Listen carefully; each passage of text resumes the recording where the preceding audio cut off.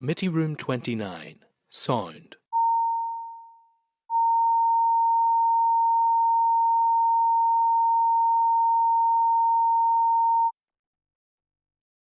Committee Room 29, Sound.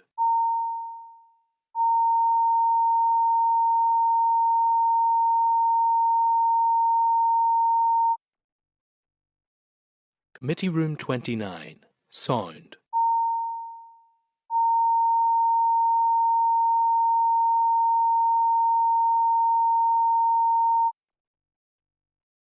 Committee Room 29, Sound.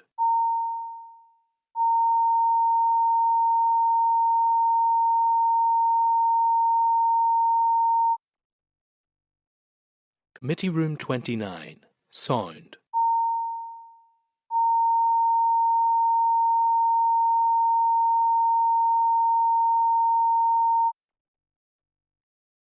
Committee Room 29, Sound.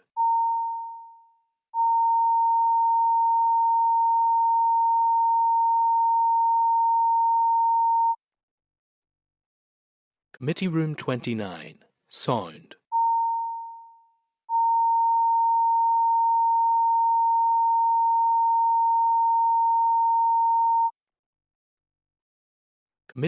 29, Sound.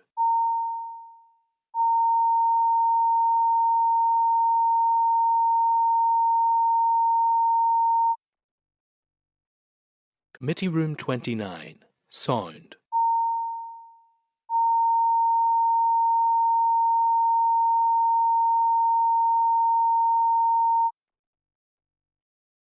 Committee Room 29, Sound.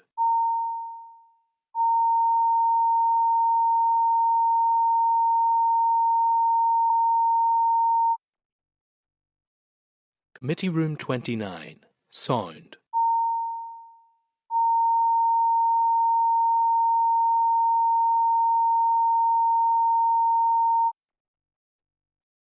Committee Room 29, Sound.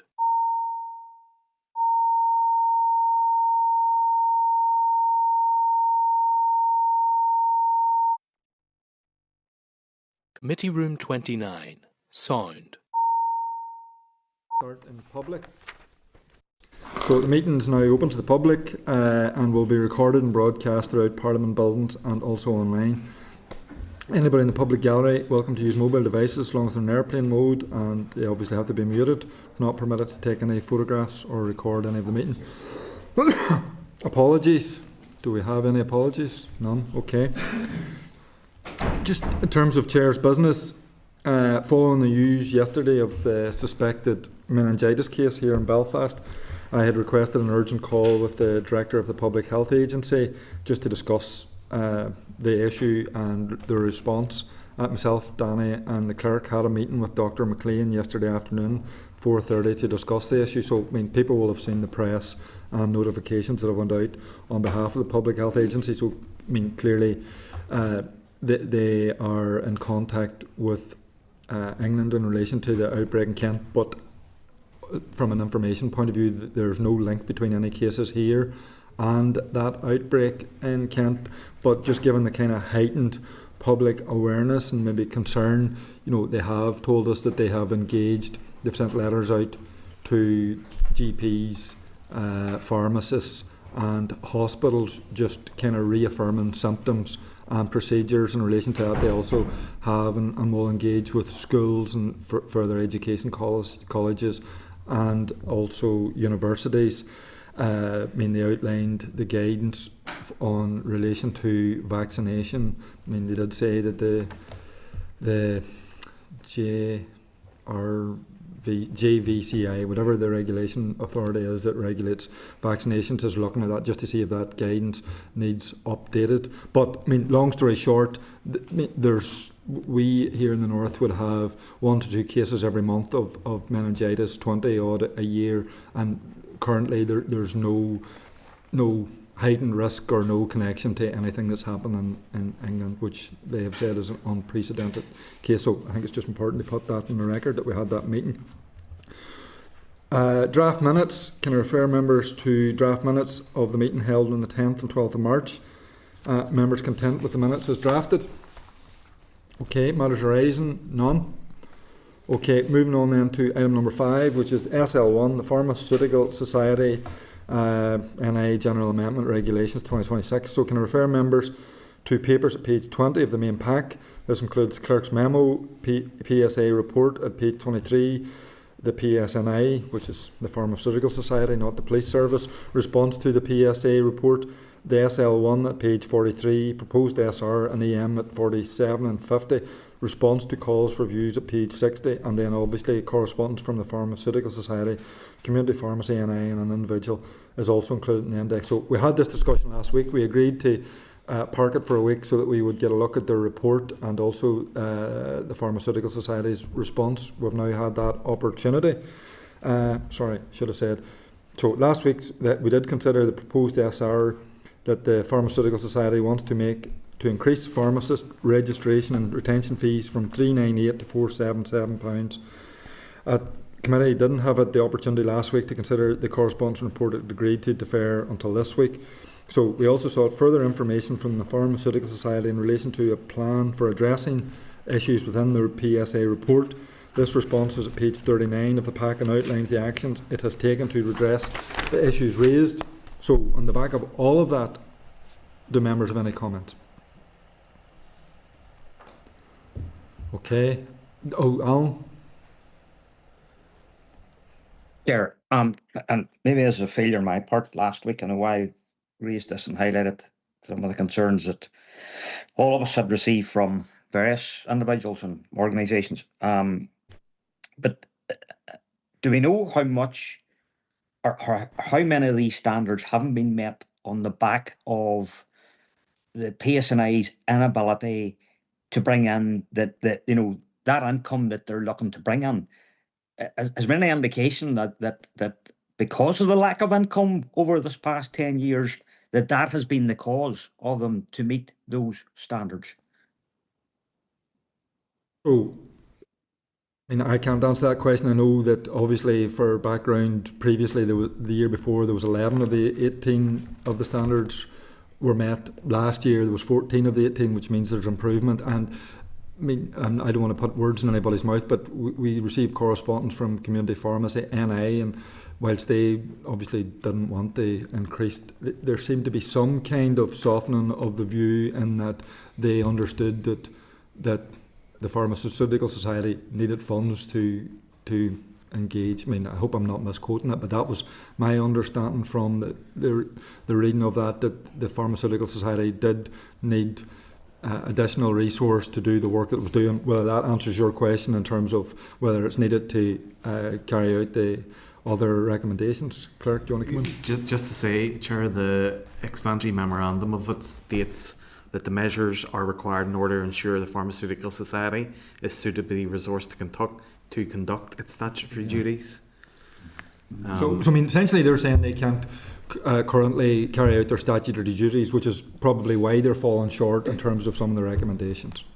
Mm-hmm. I do note, just when you say that, Chair, I do see that letter that they sent to you on the 16th of March, and I do see on one of the paragraphs on page 1, they do say the Society is confident that with the appropriate funding and resources in place, it can further improve on its performance for the 2026 reporting period. So maybe that does answer what I had asked there, Chair. Okay, Danny, you were looking to come in? Yeah, I like Alan, I've been contacted by quite a few pharmacists and people who are very, very unhappy about this potential rise. And what they seem to say that, the service that they're getting out of it, the pharmacists seem to be getting a poorer service.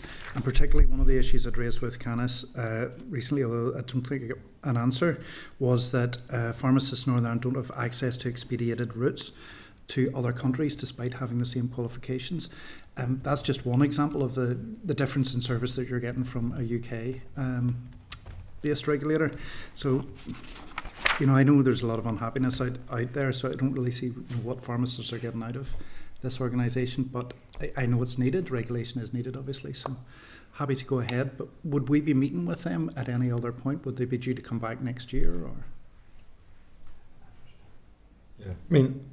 I was going to. I have a couple of points that I was going to make subsequent to making a decision. So, I mean, I think having heard all the evidence, it's clear the Pharmaceutical Society unfortunately does need the additional resource so that it can do its work. So, I mean, I was going to propose that we make the statutory rule.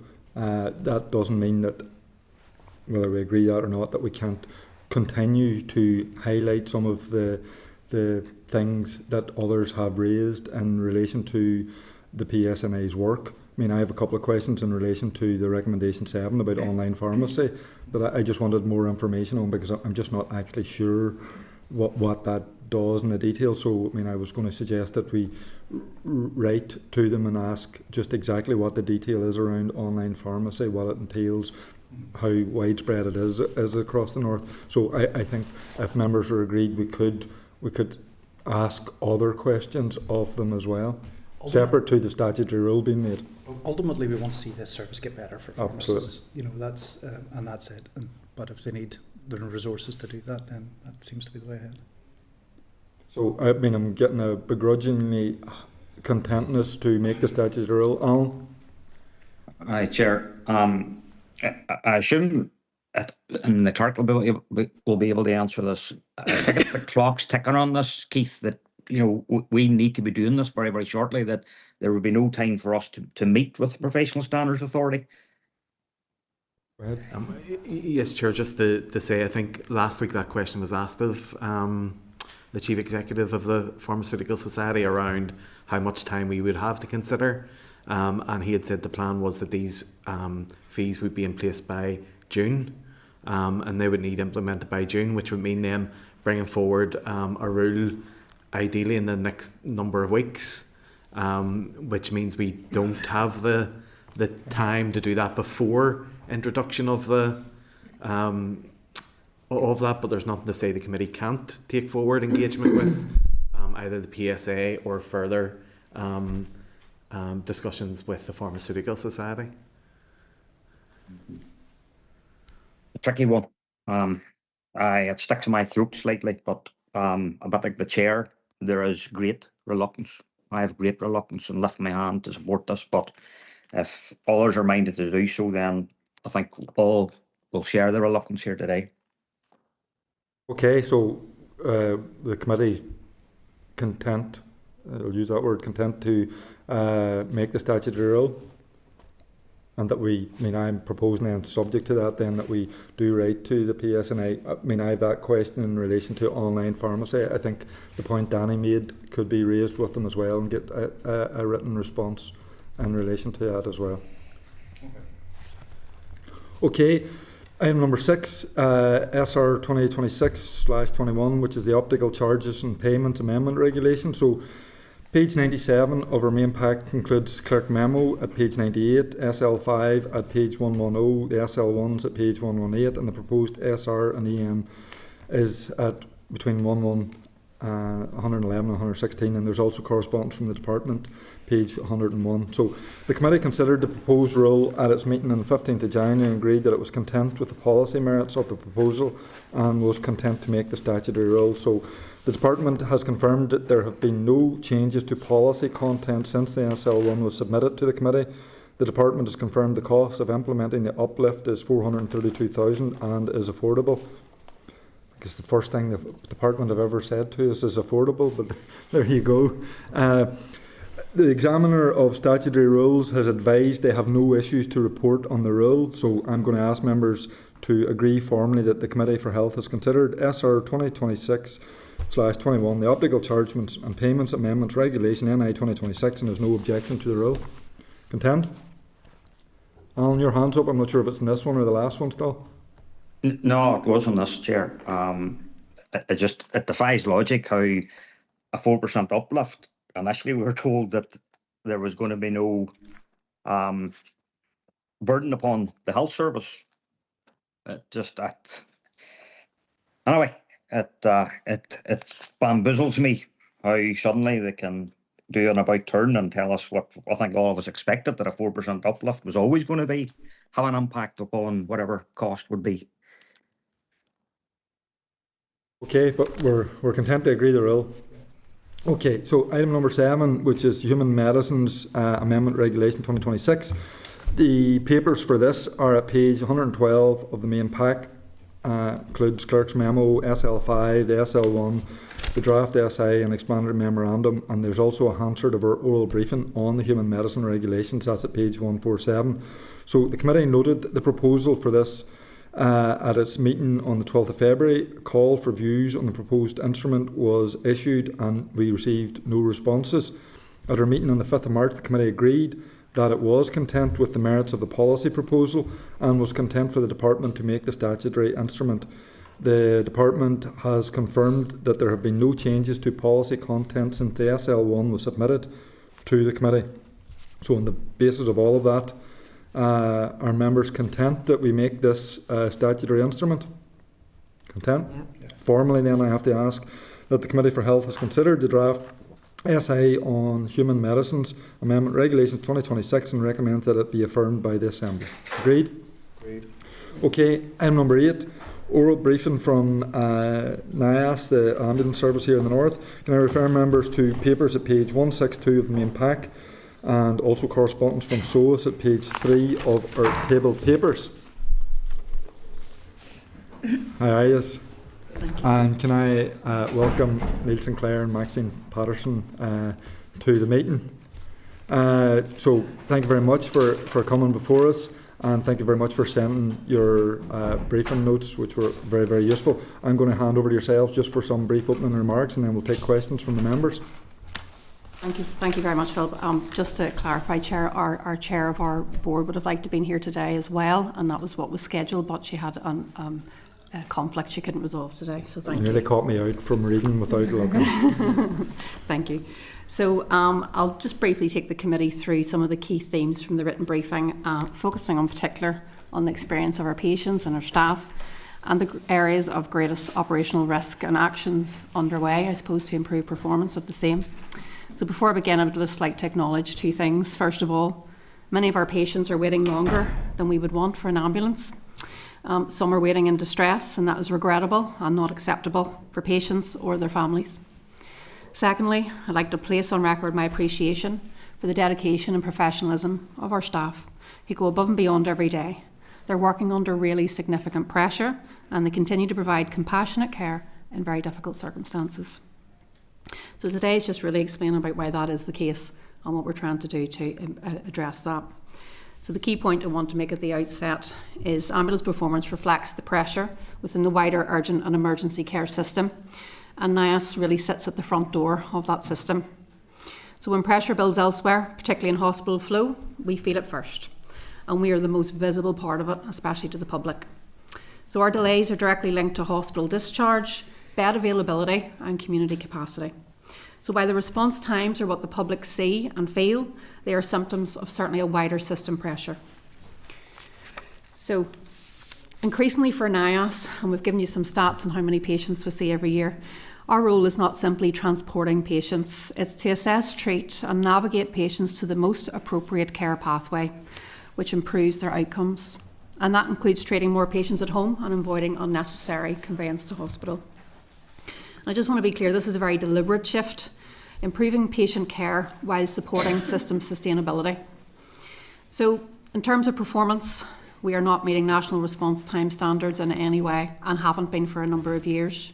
For our most serious calls, as per the briefing, Category 1 calls average around 12 minutes and Category 2 is significantly longer than the 18-minute target. As per your briefing, at the time of writing that, it was an hour and 22 minutes on average. And our Category 3 patients, who should expect an average or a mean response time of 1 hour and 20 minutes, are waiting hours beyond that time. Okay? And I want to be clear, these delays really do present a risk to patients. Prolonged waits are not neutral, they carry clinical risk. So as waiting times increase, patients deteriorate, pain can go unmanaged. And for frail patients and our frail elderly, who represent about 50% of the emergency calls that we get on a yearly basis, there's an increased risk of dehydration, pressure injury, and undoubtedly deconditioning, which can impact their outcome. Therefore, this is a patient safety issue, not just a performance issue. But alongside that, there is the experience of patients and their families. People are waiting, often in distress, and that is not where we want to be. Importantly, dignity can be compromised when waits are prolonged, and that's not just in and back of an ambulance, but it's certainly in the community as well. So the single biggest factor affecting our performance is hospital handover delay. The impact is very direct. Delay at emergency departments mean crews are unavailable to respond to the community, and that leads to longer waits. This year, as per the briefing, we've lost over 25% of our capacity due to handover delays.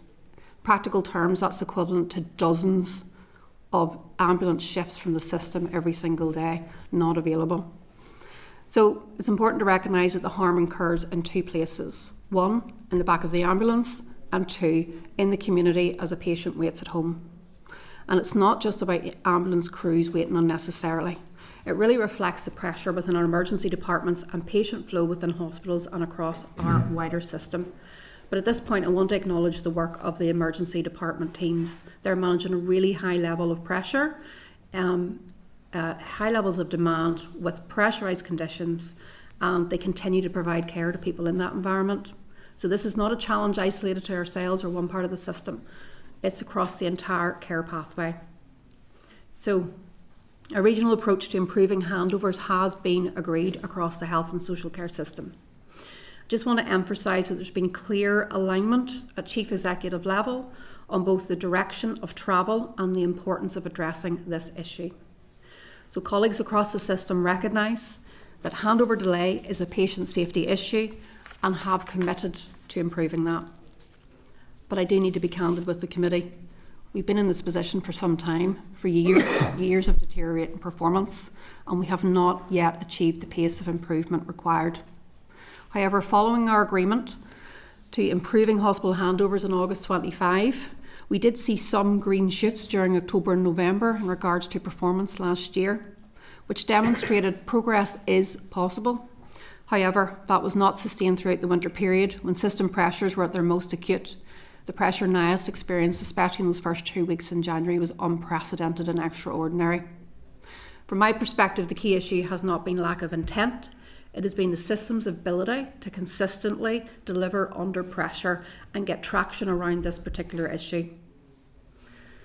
The difference now is that we've moved beyond agreement of direction into clearer operational grip and defined intervention.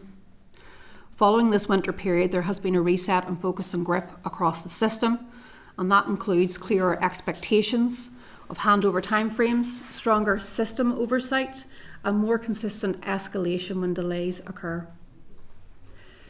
We are actually starting in the last few weeks to see a little bit of traction around the same, but that does not take away from the really poor response times that we've had so far. Critically, we now have an agreement on the introduction of a clinical safety valve, and this is the new piece that has been agreed since winter. So release to rescue, it's also called release to respond, and in some cases I've seen it called the London model because it was piloted and started in London Ambulance Service. This is anticipated to go live in April in Northern Ireland, the 27th. So release to rescue is not about withdrawal in isolation, and we're very clear about that. It's a clinically led safety mechanism agreed collectively with the other HSC trusts and designed to ensure that ambulance capacity is made available to return to the community where delays have been prolonged. And that's a really important inflection point in this journey and how we've come so far. It's a clear, consistent boundary in the system, which has not been in place previously. To be clear, it's not going to resolve all of the underlying pressures that our system has, but it's a necessary step to stabilise performance while we get some space and clarity to create better conditions for further improvement. So the progress to date has not been what we would have wished it to be. But I personally am more confident now that we have alignment, clearer grip, and a defined set of actions that can begin to deliver some sustainability around improvement. But building on that positive direction of travel, our workforce as NIAS is also growing. We've increased frontline staffing overall. We continue to recruit, and we're seeing progress in building our workforce pipeline. Alongside this, we're reshaping how we use that workforce, informed by ambulance service practice and strategy across the UK and globally. in anticipation delivering a more modern, sustainable care for our patients. Obviously, our staff, which is really key for me, are doing this in an operating environment which is really challenging. So the system pressures and how they impact our staff will impact the staff well-being, fatigue and our absence levels. So while we're growing the workforce, we're still supporting the staff through this period of change and sustained pressure. And part of that pressure means that we've been operating in action short of strike with our unions since November 2023. The issues raised by our trade union colleagues are well understood and relate to the things I've just referred to: safe staffing, staff welfare, and the impact of system pressures, especially delays. So we continue to engage constructively with them through our partnership forum, and critical actions such as release to rescue really would be expected to support progress in addressing the issues and challenges we have for our staff. Our staff remain highly committed and continue to develop compassionate care. However, we're conscious of the impact that has, particularly in terms of fatigue and moral distress. We're also seeing increasing levels of violence and aggression towards our staff, and I know the committee heard some evidence on the same back in November. And just to give a little bit of a reminder, to give a sense of scale, we recorded over 600 incidents this year. However, proportionately, for the size of staff and the amount of patients that we see, we're sitting about a third higher proportionately than the next trust in regards to incidents, so incidents per staff member. And we also know that staff, about 25% of incidents, that they don't even report. So we must consider that the number is much higher. It's a very serious issue, and we're taking forward a range of measures to support staff safety and well-being in this space. I'd also like to highlight the role of our EOC staff. Those are our call takers. They're often the first point of contact for patients in distress. They're providing response and support over extended periods of time, with many callbacks from really distressed families wondering where the ambulance is, and that is really challenging. But we're continuing to invest in our workforce pipeline. Alongside workforce growth, and just to conclude around this, through our clinical model, we now, about 11% of our calls for patients into our control room are dealt with on a hear and treat basis. I have some information in the brief on that. And approximately 25% of the patients who call us are through see and treat. This is not just about managing demand, it's about delivering the right care in the right place at the right time. And it represents a fundamental shift of our service to more modern, clinically led and sustainable model. So while the pressures are real, we're not standing still. We're actively transforming the service to meet the needs of our patients now into the future. I'd just like to touch on our reliance on the independent ambulance sector. There's been quite a lot of conversation about that recently. They really support us in both some emergency and our non-emergency activity. And while this supports resilience in the short term and has been very welcomed in the last number of years, it's not a sustainable long-term solution, and we recognise that. I think it would be important just to provide a little bit of context about why we've found ourselves in that position and why our use is at that level. So our use increased significantly in 2021, twofold reason. One, it was during a period where we had a 2-year gap in the establishment of our Bachelors of Science in Paramedicine at Magee. So we had a sort of a fallow 2 years. And at that time, we needed to look at how we might compensate some of the attrition and challenge in that space. And we were using the independent sector. And secondly, because of COVID at that time, we had to reduce the amount of patients that we could take in a vehicle. So we had to increase the number of vehicles that we had available to transport patients for social distancing reasons. But that reliance on that service was built at that time, and continued to sustain our non-emergency service and patient discharge capacity, that we support the Trust with discharging patients back to home.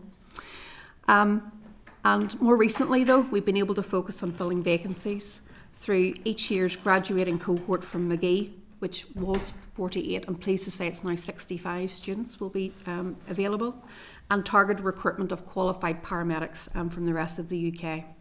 And that approach has gained some traction. We're not yet at full establishment as outlined in the briefing, but we're certainly moving in the right direction. So this reliance, reflects a transitional period, and what we do expect is from next year onwards to see that significantly decrease, which is appropriate. On moving forward, from a strategy from an IS perspective, we do have a clear plan, and importantly, we're beginning to see that plan take shape in practice. So we did a demand and capacity review. It provided a structured roadmap across workforce, across our rota reform, across efficiency, and how we might expand our clinical capability to support patients. But it's not just an internal programme, it's aligned with the broader HSC plans. HSC Reset, which encompasses elements that can be directly supported through our plans, such as neighbourhood model. The big discussion also has informed some of the work that we've done in our strategy. And ultimately, we're focused on delivering care in the right place at the right time by the right person. So that really represents a fundamental shift away from default conveyance to emergency departments and towards earlier clinical decision making and stronger integration with community and hospital pathways. And we're already seeing this through the development of alternative pathways across all of our HSC trusts. And I can give you some examples later if necessary. They're practical examples of how we can reduce avoidable hospital attendance and deliver better care for our patients. So in order for that model to fully realise its potential, it must be supported by consistent improvement in hospital flow and handover. It's not something that's binary. We require those things in order to make this work. So it's not a choice between demand management or flow. We need to do them together. So in closing, there's a clear opportunity for ambulance services. That means delivering earlier, more appropriate and more person-centred care and involving that to meet the needs of our patients now into the future. So thank you. Thank you very much, Maxine. That was useful. First of all, I should say, like I've said to all the Chief Executives, there's no excuse for any violence against any healthcare staff, and I think it's important to put that on record, and our thoughts go out to any members of the ambulance service who have been subject to either physical or threatening behaviour. And also put on record just thanks to your staff, who you've said are extremely committed, and I have no doubt that they are for the work that they do.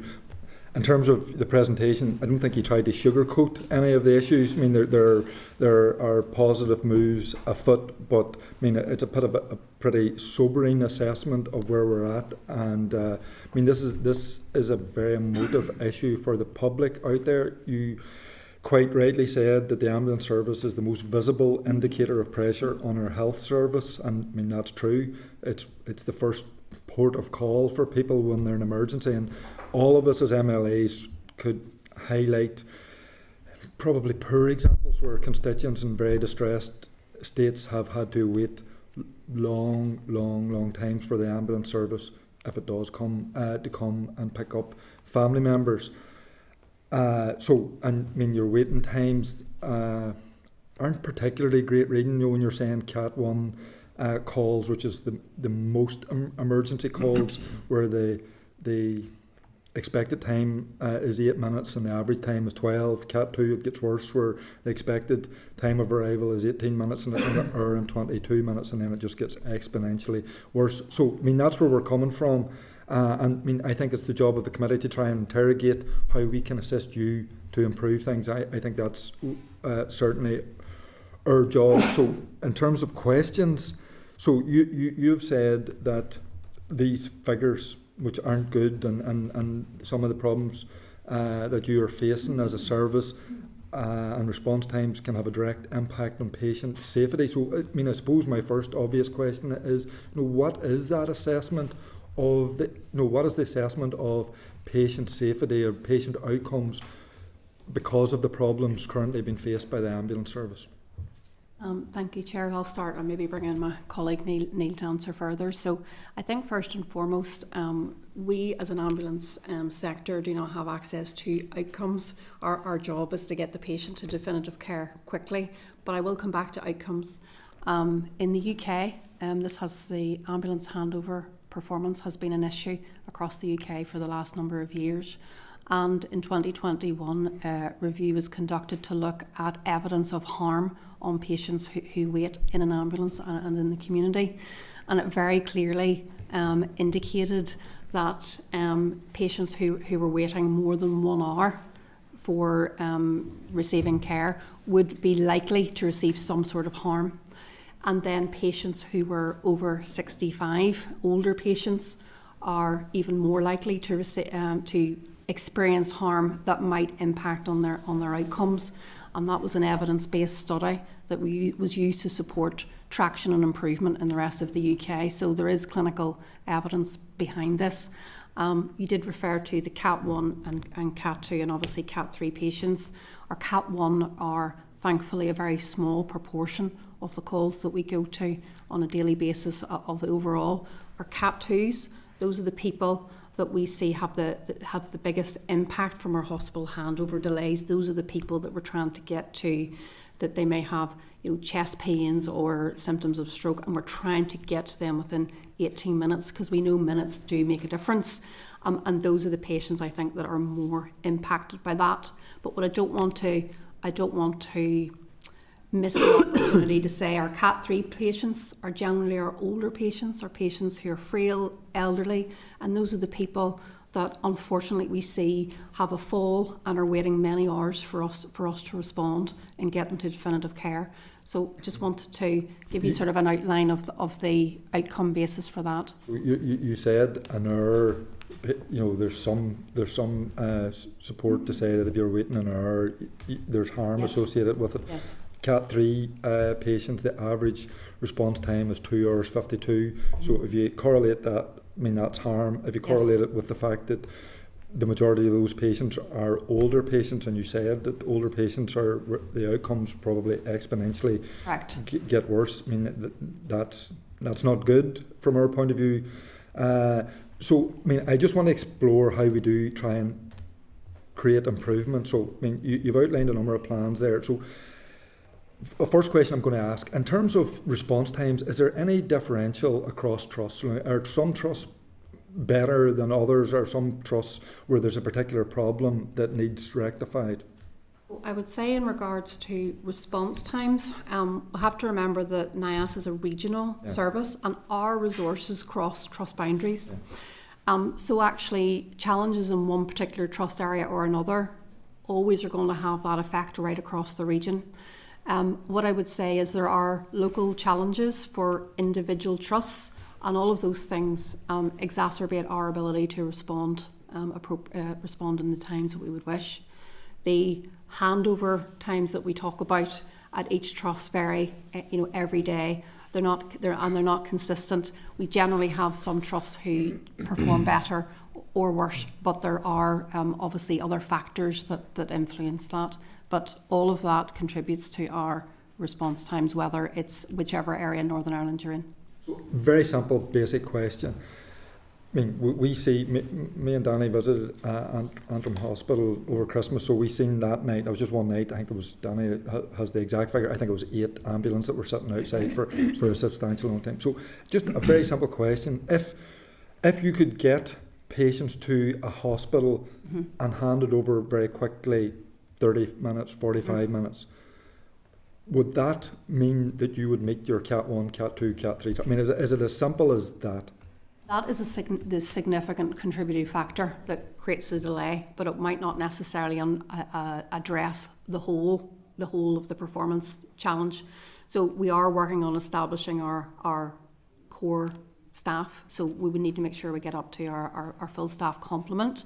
And then what we have to do is also understand how that full staff complement, including the capacity that we would get back from handovers, would allow us to meet those performance targets.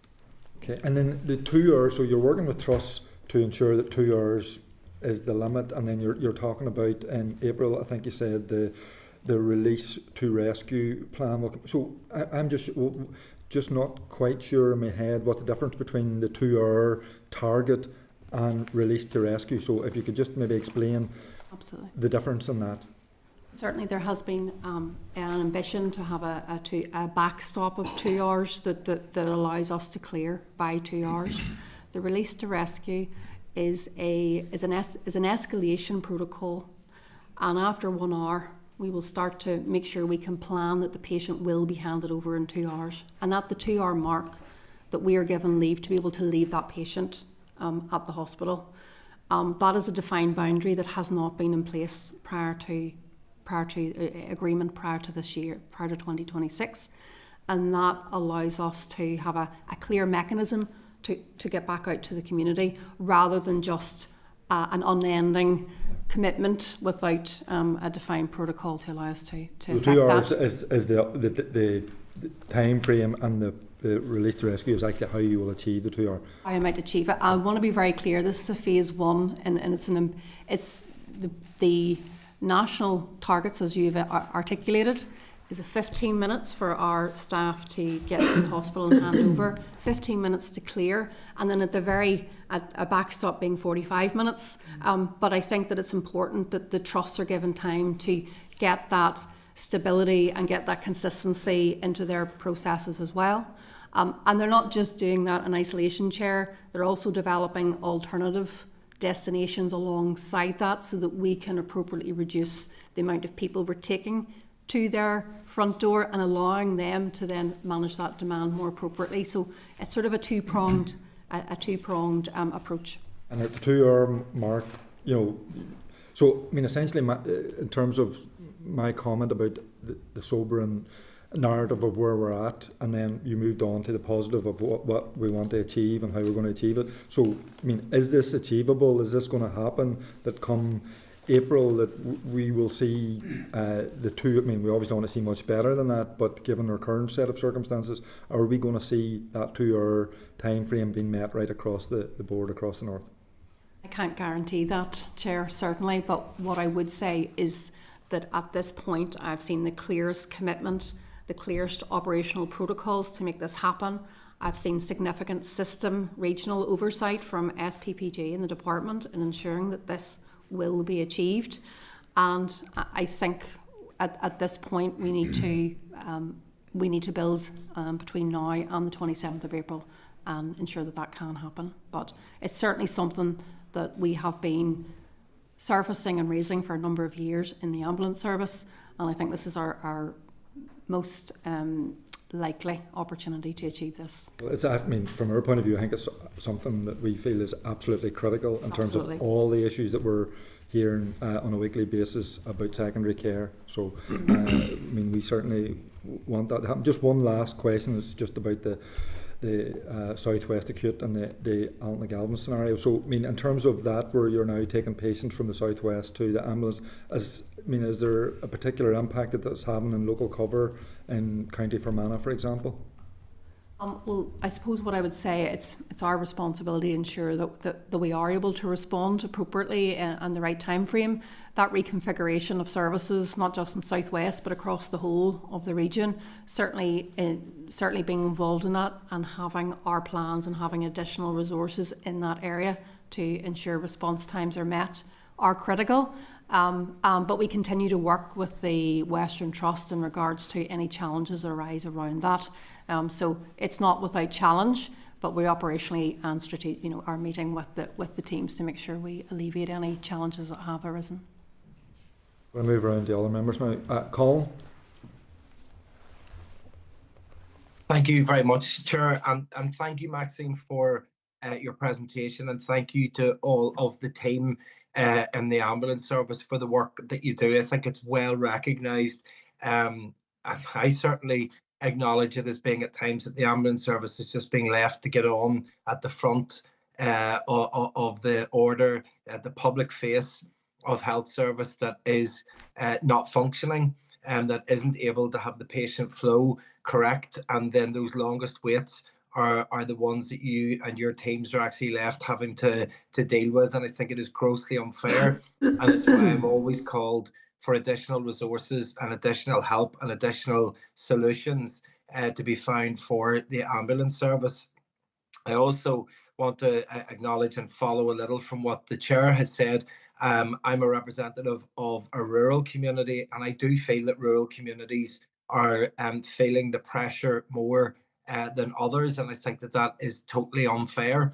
I think of my own constituency, where our Category 1 response times is achieved somewhere in the region of 14% of the time, or unfortunately, as an entire health service, it means that somewhere in the region of 76% of the time we're not, 86% of the time, reaching that target, and that is causing problems. And I was wondering if you maybe could give us a wee flavour for any issues that you might have in terms of that displacement, because in the southeastern area where I represent, there's only one major hospital, and it's right on the border of Belfast. In fact, if you open the window in the room that you're in at the minute and throw a stone, you'll probably hit the hospital that is to serve all the way down to where I am in the Mourne Mountain region at the minute in Newcastle. When those ambulances that are designated for areas such as Newcastle and Downpatrick go up to the Ulster, and then they're stuck outside there with a patient, but once they're released, as they try to make their way back down to their base, they often get called off to other calls. How do you manage that process to make sure that then when the 999 call comes from somewhere like Newcastle, that there is actually an ambulance available to deal with that? Thank you, Colin. I suppose I'll start and I'll bring Neil in with the expert. But what I would say is you're right. We have a regional service and we distribute our resources across the 5 divisions, which are the 5 trust areas. And it is anticipated that we should have enough in each of those areas to respond to the demand. Now, obviously, the challenges with our handovers, as you rightly point out, mean that our resources, they're responding from the hospital rather than responding from those areas, and that undoubtedly creates challenges, especially in those very rural areas. But in regards to how we manage that, I might bring in my colleague Neil to talk to that, if you don't mind. Certainly, Maxine, thank you. Thank you, Colin. As you outlined, it's a very challenging situation. Maxine alluded to earlier the call handling staff, which we have in the control room.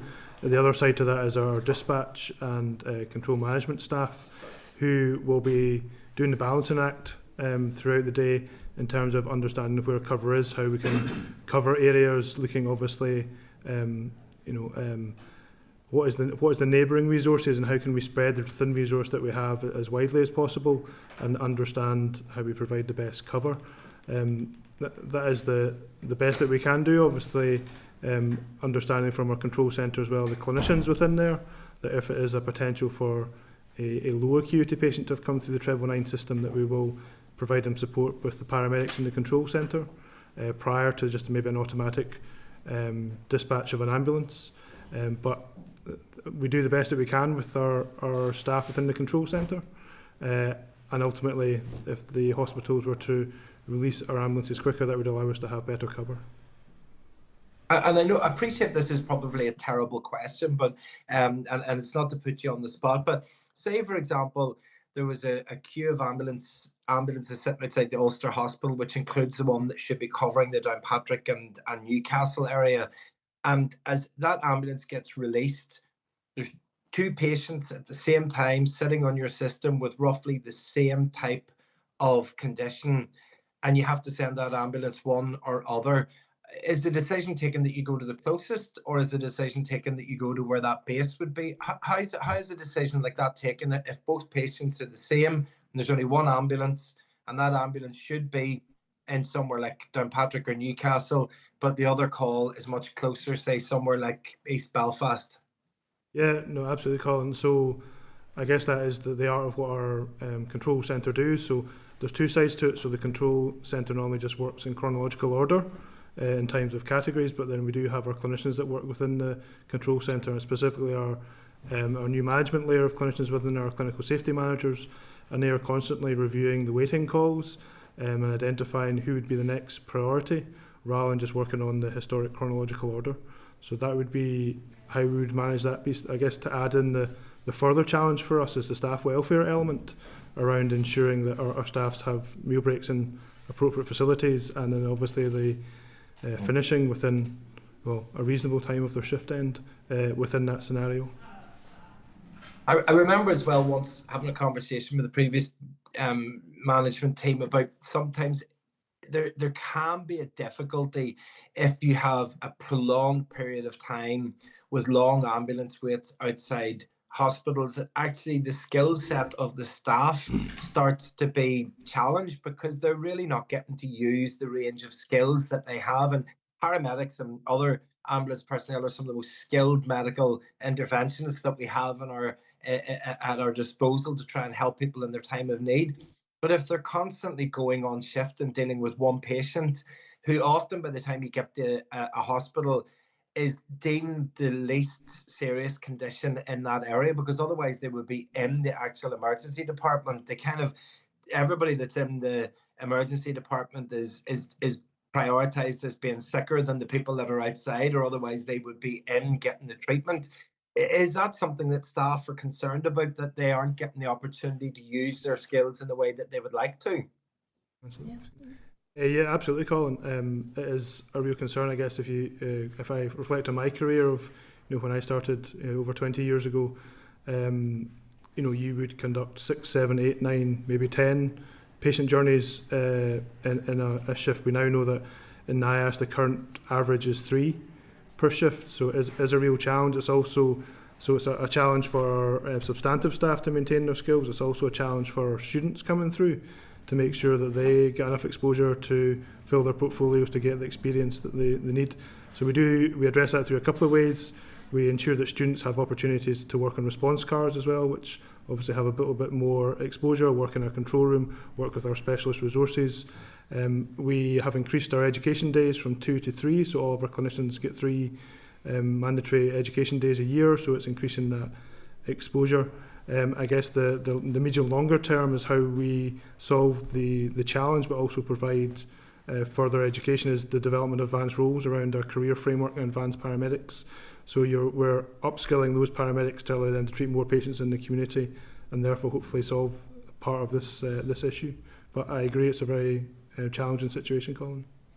Okay, and just a final point then, maybe Maxine, I was just visited last week the Northwest Ambulance Service in the northwest of England, and they have their ambulance service, but alongside that they have a well-developed, well-delivered 111 service. And you had referenced there about your, I think, talk and treat and see and treat. Do you feel if we had other developments alongside it, because I mean it seems to be that one of the main ways to get access to the emergency-based service or the emergency departments otherwise is to ring the ambulance service, and that you're dealing with a significant amount of caseload that you really shouldn't have to deal with.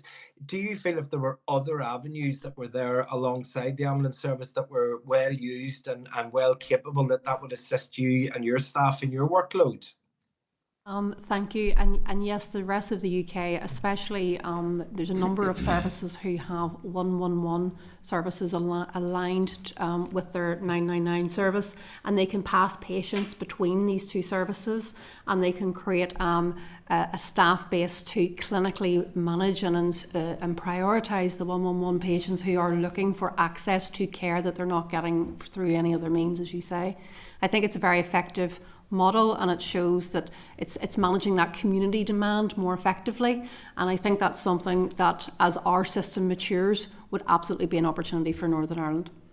Yeah, I mean, I couldn't recommend it enough to see a service where when you ring in, you could get an appointment with your GP, you could get an appointment with the mental health team, you could get an appointment within an urgent care centre, you could get pathways that you rang into and got diverted to, whereas it seems here it's just turn up at your ED or ring an ambulance, and that seems to be where a lot of the pressure is. So maybe it's something that we might get an opportunity to look at. But thank you, Chair, for those questions, and thank you, Maxine and Neil. Thanks, Scott. Alan Robinson. Thanks, Chair. Chair, the Maxine covered quite a lot of what I was looking to ask, specifically around the action short of strike. So I'll maybe reframe it into one question now, Maxine. Maxine, you've highlighted in the paper, and the paper has been very useful, as the Chair said. You've highlighted how that action short of strike primarily is relating to safe staffing levels and staff welfare. And obviously within the paper, you've highlighted that, there are efforts to increase staff, some of which has been quite positive, 645 in 2024, 756 in 25, and an anticipation of potentially of 806 in 2026.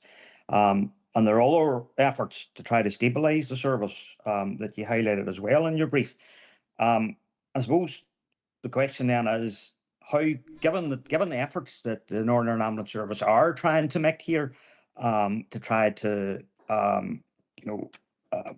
deal with the issues that these unions are highlighting, how close are we to a breakthrough in this, and when do you expect any progress being made on this action short of strike? I think it's we've been working. We really have developed a good relationship with our unions around this space. We want our staff welfare supported. The safe staffing element is very much around and directed to the fact that over 30% of our staff are waiting over 1 hour at the end of their shift. They're not getting appropriate meal breaks because they're not at facilities that can accommodate their rest periods because they're waiting with patients. So I think what we have developed over the last number of years with our unions is opportunities to try and mitigate that impact on our staff, and that has been very welcomed in both parts. But going back to my earlier statement, Alan, I would say critically, the thing that will potentially change the situation in regards to action short of strike is the union saying a commitment to having staff released at least within that 2-hour window that I talked about in the release to rescue. I think that is critical for moving this forward in our relationship with our trade unions. I've continued to support their action because it is right for staff.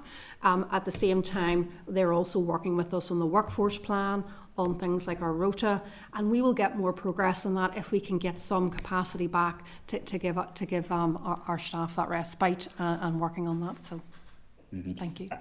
Can I just ask another question? You made reference there of the approximate 10 million per year reliance on the independent ambulance sector. Yes. How does the cost to buy in from the independent sector compare to the costs of NIAS? Is it more expensive to bring in from the independent sector? I would say it's actually fairly aligned with our resources and buying them from the ambulance sector. The main difference is that we have professional clinical supervision over our staff, and the independent ambulance sector is not supported in a regulatory way, and therefore, in order to ensure that we continue to build our staff and our workforce, that's certainly our direction of travel. And whilst we had been spending about 10 million a year over the last 5 years, roughly, we're sort of forecasted about 8.5 million this year, and we expect that to reduce as we convert that revenue into our core vacancies and get our staff established. I hope that answers your question. Aye, absolutely. That's very good. Thanks, Maxine. Thanks, Chair. Thank you, Alan. Danny? Thank you, Chair. Just to reiterate the thanks to your staff over this period. I know the pressures over the winter period in particular have been horrendous, as they have been for quite a few years now, and it does just seem to be getting worse. I've spoken to quite a few of your staff, and in fact, as Philip alluded to, we went to Antrim Hospital. It was on the 15th of December, Sunday night, 9:30, 15th of December. We were told flow had stopped at that hospital at that time. Your ambulances were stacking up outside. There were between 6 and 9, 6 when we got there and 9 when we left.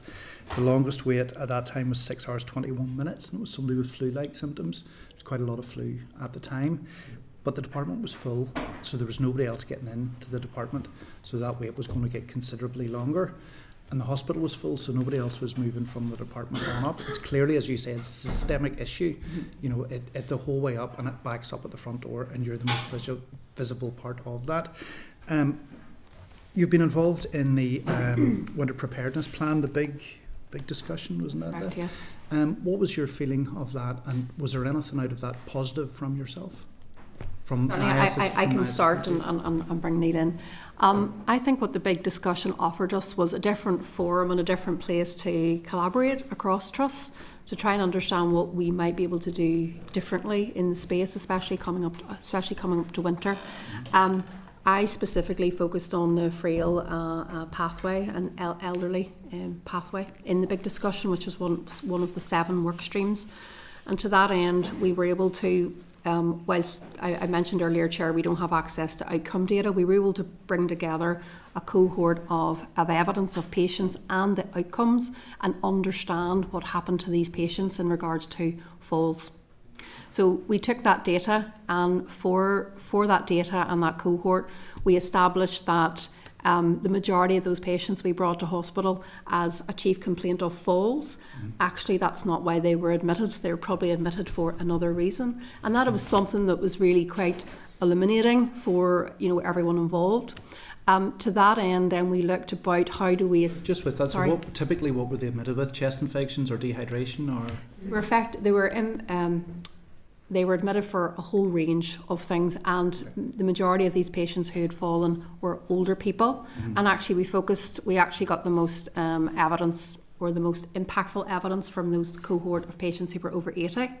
And what we established is that if you're over 80 and you're brought to hospital from this pathway by an ambulance, your average length of stay is 15 days.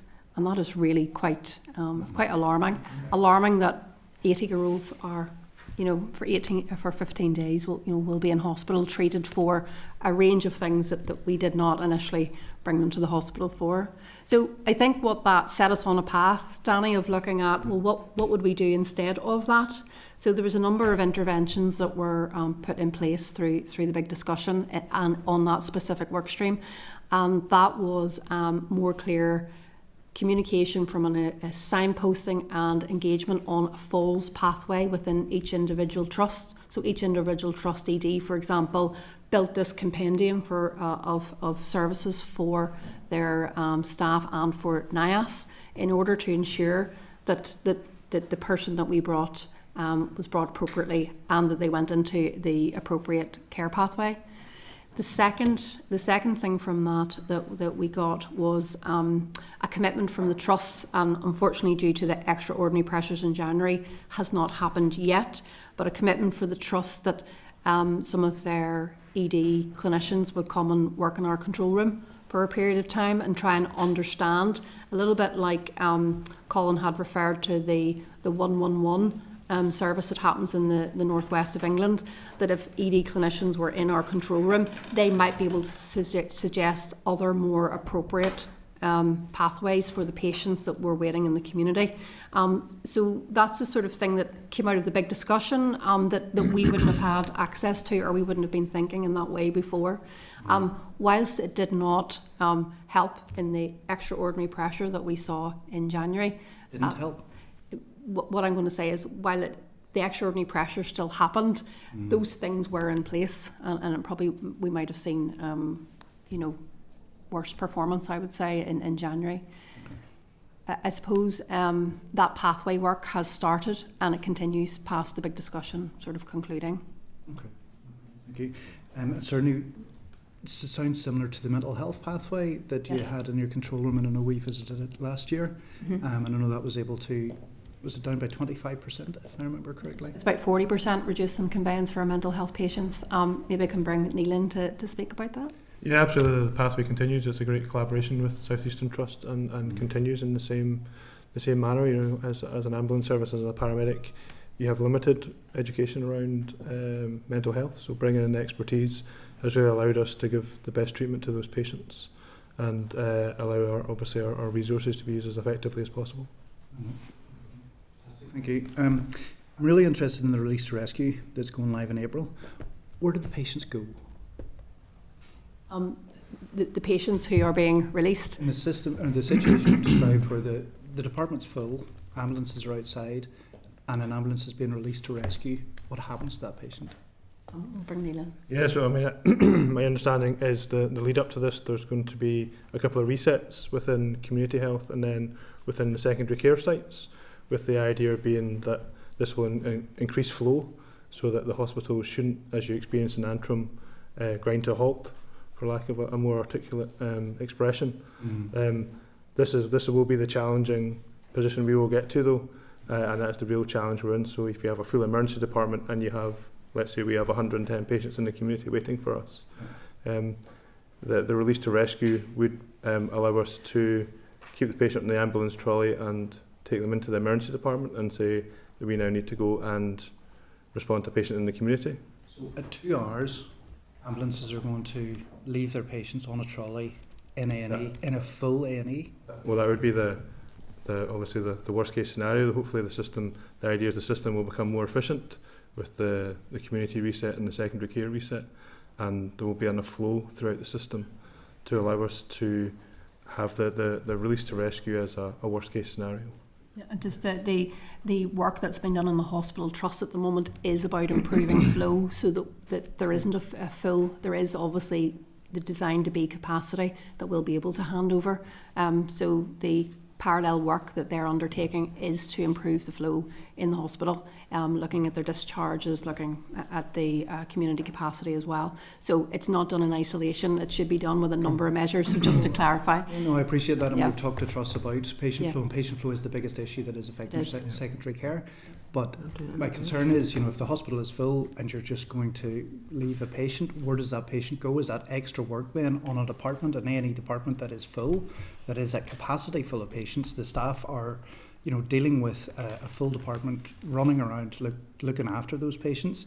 The hospital wards are full with corridor beds up and down the ward. Is there going to be a space then that these patients are going to be wheeled in? So I guess this is a balance of risk for us. I guess that needs to be balanced across healthcare. We're talking about the risk that we hold, and have had significant challenges over the past 12 to 14 weeks. I guess just to link back to your comment around the seasonal pressures, looking at historic data, we would normally have a seasonal pressure blip of 4 to 6 weeks. This year we had about 12 to 14 weeks of pressure that we weren't anticipating for that long, and a pressure that we didn't foresee lasting for as long, for as many weeks, and obviously prolonged periods with over 100 people waiting for an ambulance. So I guess what we're not going to do is just push patients into the ED. This needs to be done in a collaborative way with the emergency departments. We do not want any conflict with our paramedics and the ED staff, but we are putting in place an escalation process to ensure that can be escalated up through RCC and each trust's management structures to understand, right, we have an agreement that we need to release to rescue at 2 hours because we have risk in the community and we have known patient harm in the community. So how are we going to achieve that between us? And there is an agreement that we need to have this flow. I mean, there needs to be the solution, which is flow out of the hospital into community, and we need a robust stance around that. I mean, this for us, there's so much hinging on this happening. One, are improving our response times, looking after our own staff welfare, looking after patient outcomes and patient welfare, allowing us a platform to negotiate out of action short strike, which we've been in for over 2 years. So I appreciate there is a sharp point we need to work around, but I do think we can work with colleagues and understand how we're going to achieve it. In your presentation, you had mentioned about the ambulance service holding valuable data with health insights through it as well. Can you tell us, is that being analysed? Is that being collected? Is that going through any particular process that's of use to the health service? Absolutely. Over the last sort of 4 years, we have built quite a sophisticated level of data. That data goes across demography, demand, where our patients are, looks at our areas of deprivation and where the demand is. So the information, I think, is very rich and should and very much fed into the big discussion that we referenced earlier, very much fed into there to understand what would be the pathway development, where should we develop pathways, who we should be targeting, what is the capacity of that pathway. So if we think about a pathway like hospital at home, for example, that has been rolled out across the region, most prominently we've been using that in the Southern Trust, we should be able then to use that data to inform, here should be the capacity of your hospital at home pathway, and this is how we will use it, and then this is how we manage demand more appropriately away from the front door of Craigavon, for example. So that's just one example of how that data might work, and it is being used in that way. So that's just one aspect. Yeah, just to add to that, I totally agree, Maxine. In the last 3 years, we've also set up an IS R&D department. So it's a small department, but is punching above its R&D? Research and Development. Sorry. Yeah. And we, building on what Maxine has outlined, is that what the chair was mentioning earlier about outcome data. We have aspirations that we will start to stand our own 2 feet and understand our mortality and morbidity measures, and allow us to nuance our response model to ensure we're doing the best that we can for our patients with the resource that we have. Fantastic. Just one last thing, and Philip referenced it there as well, just about the attacks on ambulance staff. Horrendous, absolutely awful. We'd recently been to Antrim A&E where they're rolling out the body cams. Have you any plans to do anything like that? Yeah, we've had body cams in place for at least 2 years now. Apologies. So no, it's okay. We've had them in place for at least 2 years. I would say that the first year the uptake was lower than we had anticipated when we recognised the evidence that a body cam does have and a staff using of it, how it can de-escalate a situation. But we're starting to see improvements in that space and education of our staff and how they might de-escalate situations they come across. So about 50% of our staff check out body-worn video cameras on a daily basis on their shift. Them to decide whether to wear it or not? It's up for them to decide whether to wear it or not, but they have clear guidance on how to use it and the protocols of when to use it and how that might help them de-escalate a situation. But therefore, what I would say, it's not the only answer. There's a number of other things that we need to do to support staff with the violence and aggression, especially at the level that our staff see compared to the rest of the trust. And obviously a lot of patients that we might see who might present in this way, there might be some other, alcohol or drug influence at that point, and that's just the nature of some of the work that we might undertake. In terms of prosecutions, are those being followed up by staff that are affected by an attack? Or we've had a number of successful prosecutions against people who have perpetrated violence on our staff. So we very much welcome the work that the PSNI have done to support our staff on the same. Thank you. Thank you. Just a question, supplementary to Danny's point, because I think it's an important point about the 2 hour and where patients go. So, I'm right, this is worked out in agreement with trusts, so trusts are aware of this, so it's, yes. It's their job now in the lead up to April to be ensuring that they have put in place procedures to help you do it, because everybody recognises this has to be done. So, I'm correct in saying that? You're absolutely correct in saying that, Chair. We meet with each trust on a bi-weekly basis, and it's quite a full meeting and talking about operational protocols and safety and who does what when and how that works. And we've taken a lot of the evidence that has been of protocols that have been effective in the rest of the UK, which have seen traction and improvement, and we use that as a base, and then we're built our sort of local arrangements around that. Fair enough. Linda? Thank you, Chair. Thank you to both of you for your presentation, and I would concur with a lot of the comments that have been made already around the work that you carry out, and particularly those that unacceptable of any attacks on any of our healthcare staff. And obviously you are the front face and out in the community, and I know faced with some very, very difficult situations. And I suppose we have 2 questions based on that. The first one is in terms of, and you've referenced it a wee bit, around the health and well-being of staff and kind of where we are with that, because of some of the, and I've experienced it recently in my own area, where there have been a number of really serious incidents where the first people on the scene obviously are ambulance and PSNA. And so what support then your staff are getting after something like that, particularly if they're not able to then remove themselves from a shift, or they're having to go and sit then at a hospital all day and all they have to think about is what they've seen that morning. So I just think we need to have some understanding of that. And then just on Danny and Philip's point around that issue of the release, is there an evaluation process to look at, is this working? Is it putting patients in further danger? Is it putting the EDs under further pressure, the hospitals, or is it putting, I suppose, ambulance staff who are having to potentially make that decision under further pressure? So is there an evaluation process built into that to try and assess how things can be improved, but also to assess if there are hospitals that are doing it really well and hospitals that are not doing it so well?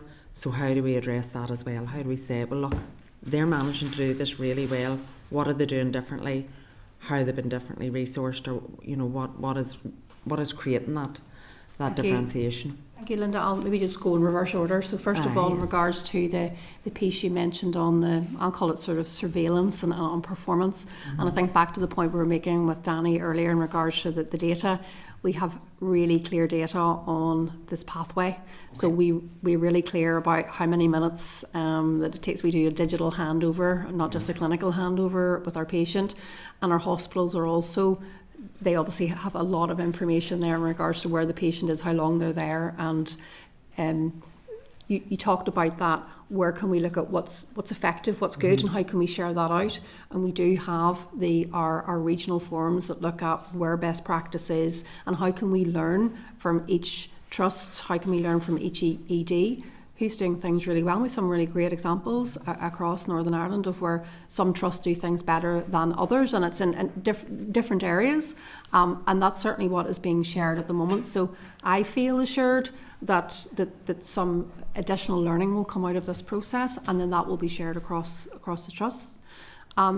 In the first, if that's answered that part of the question. No, so it's almost a constant evaluation, and where you're saying, okay, that's... So, and I think that from a system performance perspective, SPPG collect all of that data and they use that to, inform them of what support is required for each of those localities, including ourselves. Where my concern is most as it is with all things, not just ambulances, SPPG, and how quickly they're using the information and how they're using it then to target resources, but that's not for you to answer. No, that's okay. And secondly, you talked about our staff. I think traditionally, and I suppose what is really inherent in an ambulance service, being a frontline responder, a first responder, as you'd articulated, there's a number of very serious, very tragic things that happen, and our crews are normally the first at scene. That generally means that in our service, our staff experience a level of trauma not usually seen in other, clinical settings, and to that end, that really does influence, their ability to be able to, maintain, stay on shift. I think what we've recognised and learned over the last number of years, and what we've tried to implement, is a sort of a trauma-informed peer support model. That's what we would call it. And that is where we have peer support available for staff, especially those staff who indicate that they're having a challenge or struggle and they need to be able to talk to somebody. We have a number of services in that space. Some are independent because sometimes our staff want that independence, and some are in-house. And with those two sort of avenues, we try and support staff through some of the really difficult calls and difficult experiences. It's not perfect. We have a small team and it's a small peer support, and if we could increase it, that would certainly be our ambition over the next number of years to increase that. I think we're the only ambulance service with an internal peer support team, but we do recognise that is really valuable asset for our staff and really important.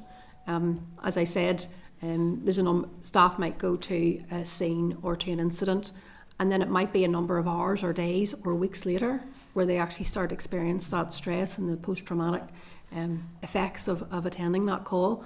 So we have to be there, whenever we can, whenever that might present itself. And to that end, our sickness levels are sitting around, I think it's about just over 10.5%. I would say that the majority of those people who are presenting in that space are from stress and mental health challenges.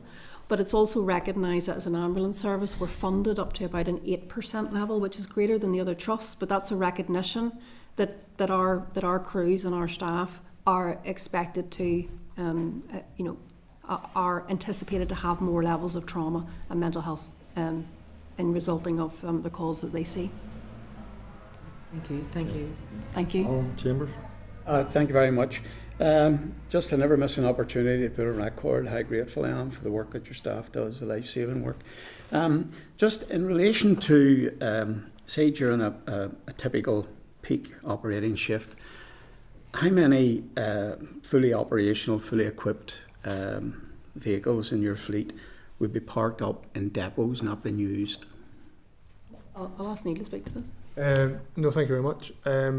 So just to be clear, so obviously we have an excess of vehicles. So we have the vehicles that we run, and then we have a volume of vehicles which we keep as spare vehicles for resilience.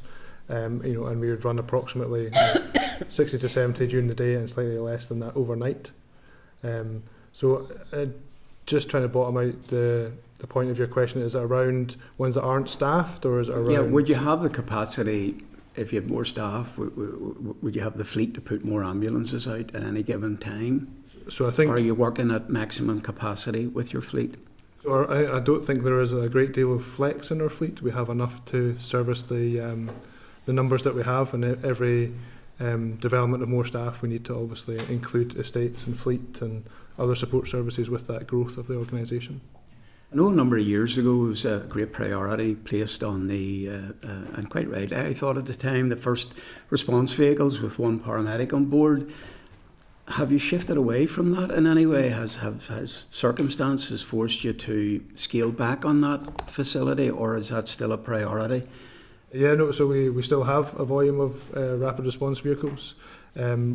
We historically operated a higher number of vehicles, and recently we realised that the evidence base through our demand and capacity review and benchmarking with UK trusts has demonstrated that actually a smaller number of RRVs would be more effective, and a larger volume of staff put into the double crewed ambulances. Yeah.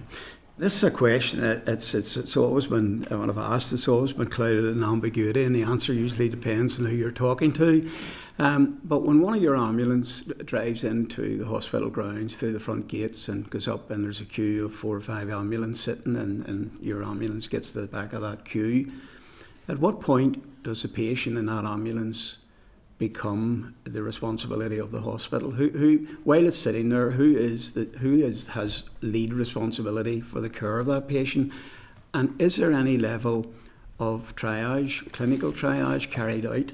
Because say one vehicle had someone with maybe a broken hip in a lot of pain, but another vehicle further down the queue had somebody that had a cardiac arrest, and you just had to defib them maybe a couple of times during the journey.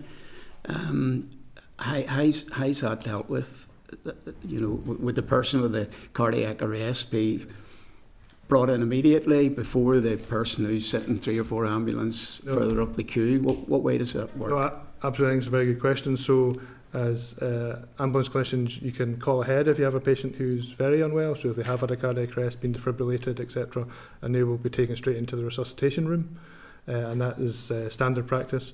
I guess the range of other patients who wouldn't be taken to the resuscitation room, there's still triage outside the queue. You don't, if you're the 5th ambulance, you might be the next in, depending on how unwell that patient is. Obviously, there is defined criteria and assessment scores that are used, and I think most of the hospital sites would use a similar scoring system, and then the paramedics would have a similar nomenclature and scoring system which would link with that, so there's a clear understanding of how unwell a patient is.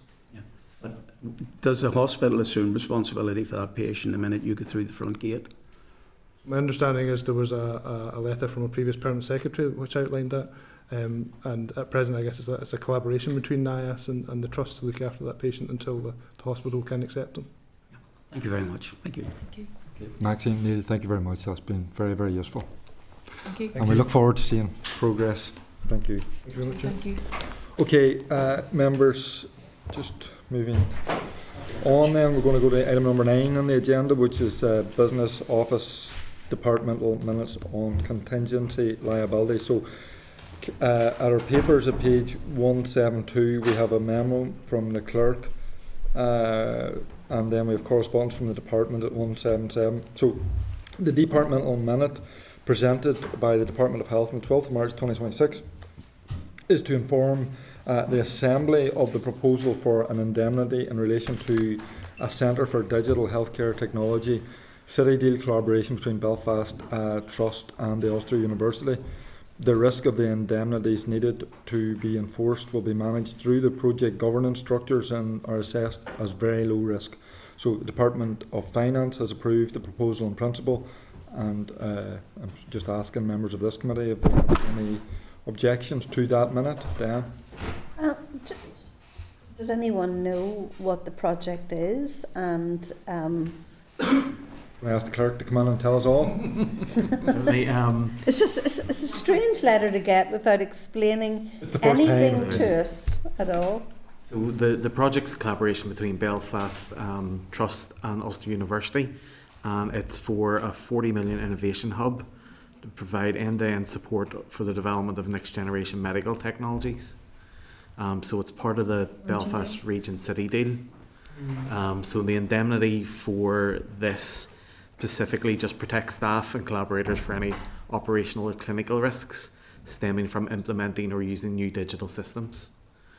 So it is like the document says, they've put that as very low risk, but it is something that there is an indemnity for. And how do they assess the risk?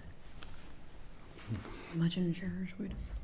I think there is a managing public money guidance, and it states that sorry, I'm just looking up where the department says they've.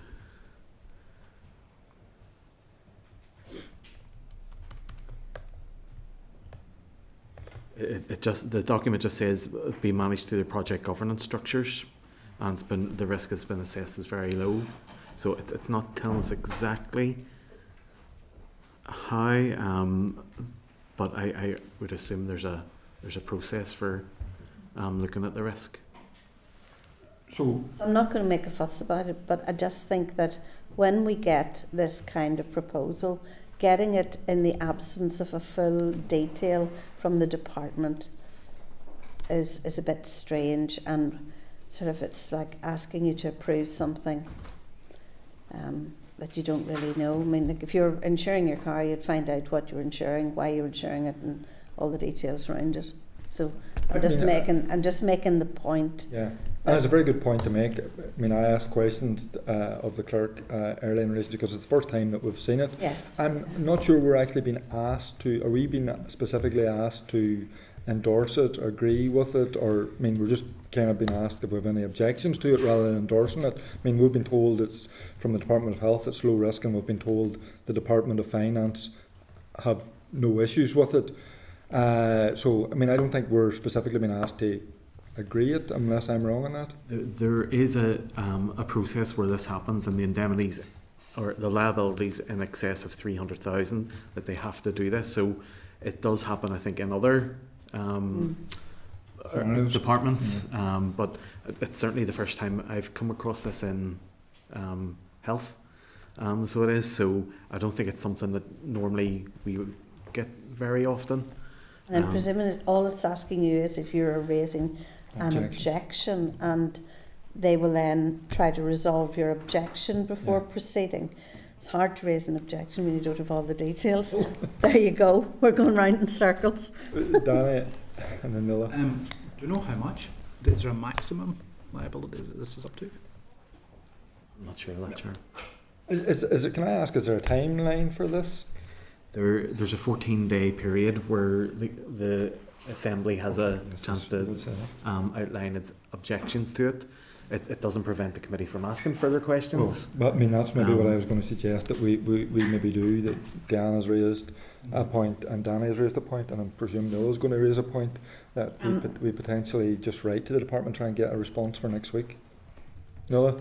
I was just going to say that I had spoken in favour of this back when I was Belfast City Councillor, and Belfast City Region Deal was first going through the books, and we're talking about research and innovation in healthcare, and like there is indemnity across the healthcare sector, and in many research projects that use people as instead of like data technology. I think this is a massive opportunity for Ulster University to lead the way, like Queen's has done, for example. So, and I don't think anybody's saying it's not. It's just Dan's point is quite right. You know, we as a committee have to do our job properly, and to do our job properly, sometimes you need more information than you currently get. So, I mean, I don't think anybody is in disagreement that this is potentially something that is going to be extremely positive. But just to satisfy our role, I mean, I don't see any issue if we have the time to do it, that we write and ask Danny's question and the points that Diane has raised as well, and try and get them. I mean, just to be clear, I think that the way forward for health is research and innovation, and it would be an amazing thing to make Northern Ireland a hub for that research and innovation, and I will support a lot of it. I'm just asking a question about, you're being asked to look at something that you don't really have any of the details of. It's really all of us. So are we happy then that we just write and try and get a response back before next week, and then that still allows everybody the time to to not hold the thing back. It won't hold anything up. Well, that's what the clerk seems to be saying. The deadline to go Putting back the to blame the on you. department looks to be this time next week. Okay. Well, I'm sure the department are capable of answering. Yeah. And sorry, I should also say we're going to meet on Tuesday. I know it's a specific meeting, but if we get that issue resolved on Tuesday, it's maybe something that we could do on Tuesday as well. Okay, item number 10. So it's a written briefing from the department on ADHD services for adult and children's overview. So the paper's at page 179. Linda, you're indicating? Just a very quick point on it. I mean, it's telling us everything that we already know, to be honest with you. Absolutely. And I actually spoke to a nurse who works in this field, and she's one of the very few, and she said they're called the service to nothing. That's what they're called. So you get assessed if you're lucky, and there is nothing for you. So what I would like, given what's in the sort of the last couple of paragraphs, or the last paragraph specifically, is to ask, what is the time frame for what for this work that is being undertaken? I mean, for me, I don't think there's much commitment given in it, but let's give the benefit of the doubt and ask, what is the time frame for actually commissioning a future ADHD service that is regional, accessible to everybody, regardless of where they live in the north, and that includes children and adults. I mean, it's a fair point, and also, I mean, everything that they say is caveated by having resources. So, I mean, it could be another one of these strategies, reviews that sits nowhere because it doesn't. And I accept all of that, but it's the resource that it's costing us not to do it. Oh no, because absolutely. Because these people are ending up in our prison service, they're ending up in our mental health services, they're ending up, in some cases, dying by suicide. Oh no, we need to put the resources. I mean, that's the point I'm making. So we need to put the resources of early and then Diane. Yeah, it's on the issue of the withdrawal of the shared care and the impact on people receiving their medication. I think it's having a particular impact on people who are in receipt of medications within the amber category, and some GPs have they're no longer prescribing that medication, and I'm dealing with one young man from West Belfast. I mean, we've had to get suicide prevention groups involved, emergency meetings with his family. It's been terrible. It's been really, really terrible. But we met with the Belfast Trust last week and raised these concerns with Jennifer Welch and Peter Sloan, the whole team. And I'm just wondering if there is any plea that we can make to the Minister around that specific issue of the medications being withdrawn. If there's any potential for him to, whether it's a conversation with the Chief Medical Officer and the Chief Pharmaceutical Officer, if there could be even a review of the grading, or what if we can just make the case to them with the cases that we're dealing with. Yeah. What is the solution here? If people's lives are potentially at risk in the case, I can certainly stand over that with the young man that I'm dealing with at the minute. I'll take Diane and then we'll... That was the issue that I was going to raise. I have had some people come who have received a diagnosis privately. They've gone to their GP and the GP says no, because you need to be monitored on the medication and there's no mechanism to monitor you. They're not saying you don't need the medication. You do need the medication, but we can't monitor it. And it seems... I don't know, it seems a really tough situation to put particularly young adults in around that. And I suppose the other comment I would make, this is just process. We're just messing around with process in this letter. And that is just not good enough for the young people that actually present to us personally. And I've had a number recently, I don't know for why. But that issue of care and the monitoring of medication was the biggest issue that came to me. I think it's an issue everybody at a constituency level. I mean, my office has received it, and I know the Minister has been asked about it in the chamber. I don't think it would do any harm for the committee just to kind of reinforce all our concerns in relation to it and try and get some kind of sense of what the department's going to do about it, because it's just an issue that's going to get worse and worse and worse. Danny? Hugely important medications for the people that have it. I know quite a few people are on it and they need it to remain in their jobs. Yes. They need it Yes. to be able to benefit from education and to keep themselves, right. Function. Yeah, absolutely. And terrified of the idea of them not being able to get the medications again. Certainly there's a lot of the 3,417 referrals per year. I think it's estimated there. It says that seems incredibly low to me. I know quite a few people who now pay for medications privately, and it costs £150, £200 a month. So they're paying for it. I wonder, are those people included in that number as well? Does is there any way of knowing how many people are receiving medication through a private diagnosis and a private treatment? We should certainly ask that question. That's a very important question. Thank you. So everybody happy then that we write to the Minister just in relation to the points raised by everybody?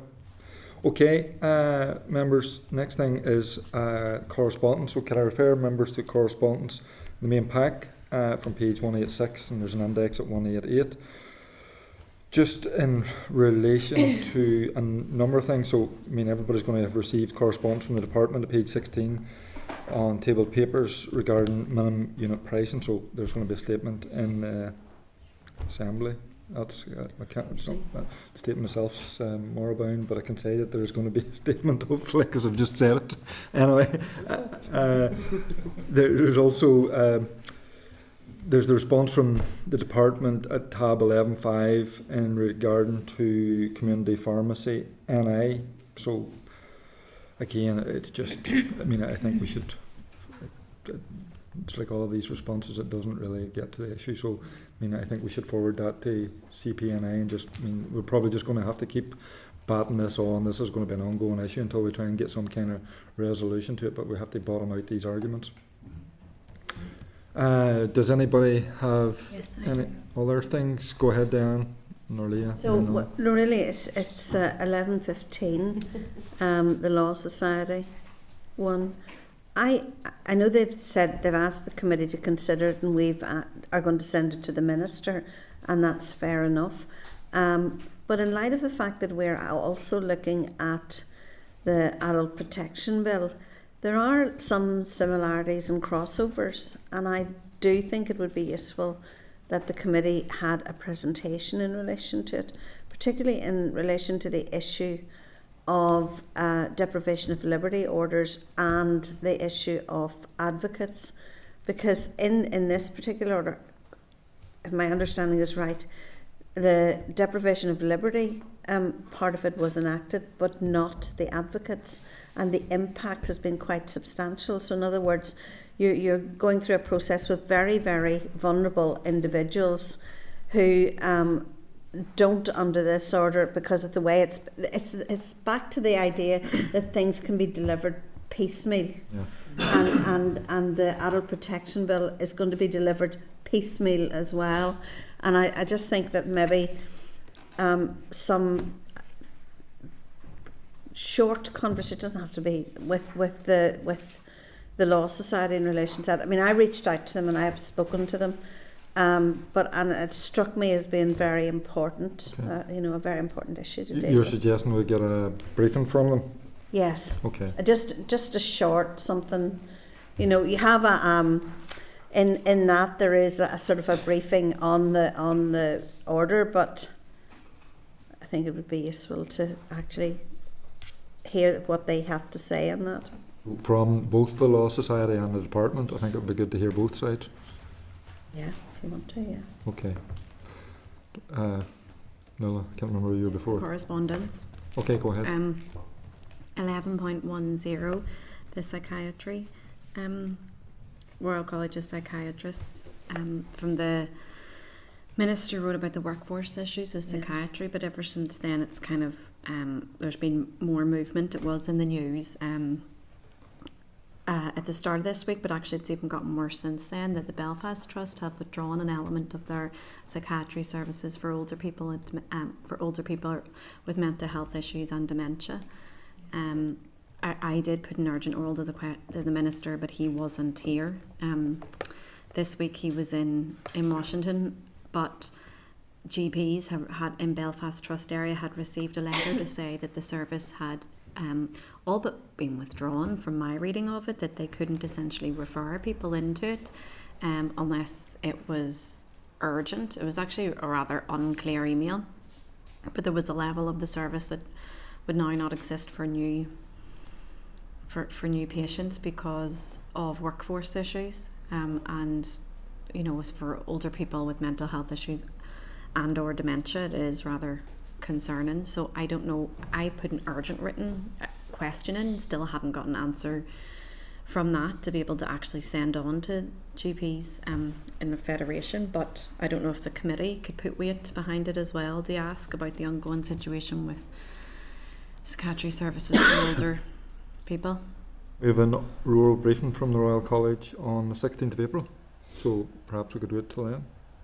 No, this is for the actual minister to ask the trust themselves, so they won't be able to provide any information. It's the trust that has all but withdrawn a service for older people with mental health and dementia.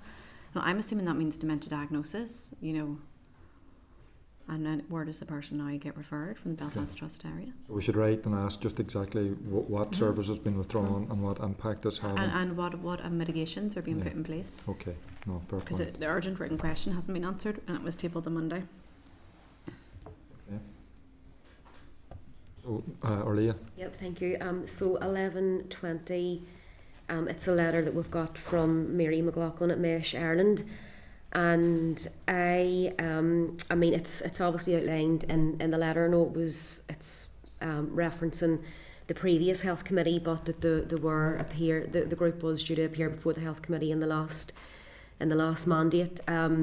So she's making the case again that she would like to obviously present to the committee on public record. I know that they have made presentations. They took part in the Julia Cumberledge review over in Westminster. They've engaged publicly with the Scottish Parliament and then with the Health Committee in the South. This scandal has obviously been ongoing for a number of years, but it hasn't came to a conclusion. There's still issues with women accessing full removals of these devices. There's still an issue with, obviously, the issue of redress. It's just came to a standstill. The latest update is Mike Nesbitt's waiting to see what they're doing over in England. But just with where we're at in terms of women's health, I think that we need to give a time and space for scandals like this, for women to have their voices heard. So I just wanted to comment on that. And then the other item, Chair, was 1123. It was just to support the request that's come in from Inspire. I know that a number of our committee members met with the team and they're looking to do that joint informal committee session with our health team and the Communities Committee. So and that's around the supported living. So I think it's a very important one that we need to make a wee bit of time for if we can.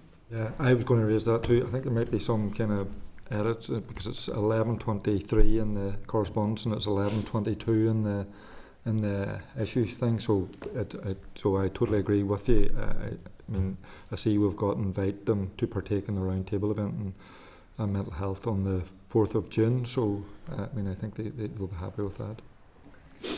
Okay. Any other issues in relation to correspondence? No. Content with the index then as set out. Okay, thank you. Just turn the page. Forward work programme. Can I refer members to the draft forward work programme at page 318? Everybody content with that? Yep. Hopefully we're not adding to it today. Thank you. with our deliberations. Item number 13. Any other business? Anybody in our business? None. Okay, so I'm going to seek agreement then for members that we go into closed session just to do more work on our deliberations on the Adult Protection Bill. So can I get agreement on that? Great. Committee Room 29. Sound.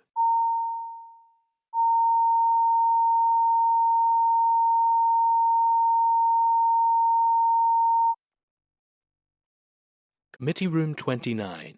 Sound.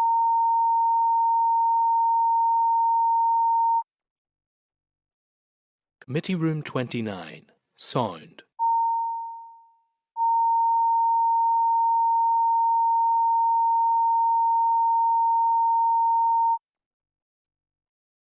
Committee Room 29, Sound.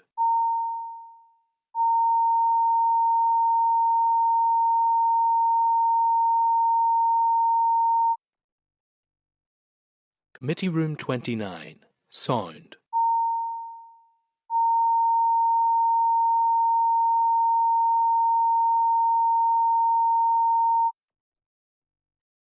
Committee Room 29, Sound.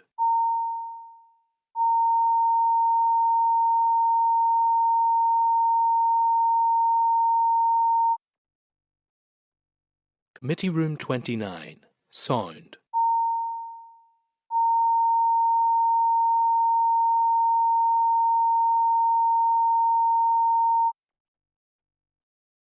Committee Room 29, Sound.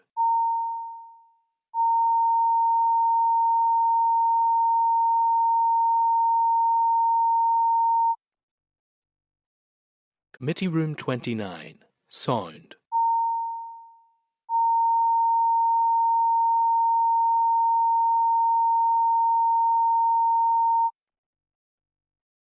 Committee Room 29, Sound.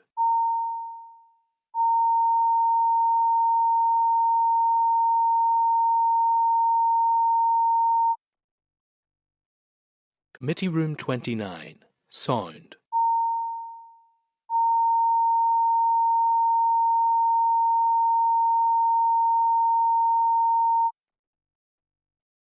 Committee Room 29, Sound.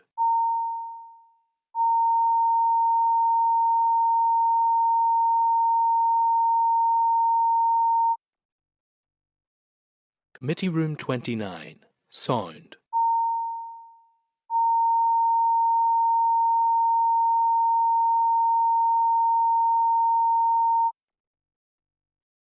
Committee Room 29, Sound.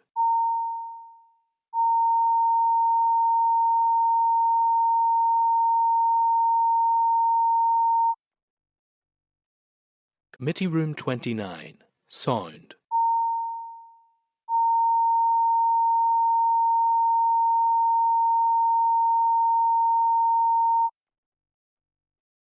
Committee Room 29, Sound.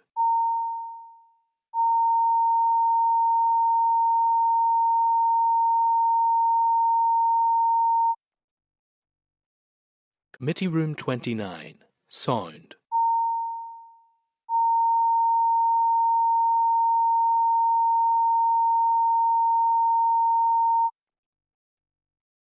Committee Room 29, Sound.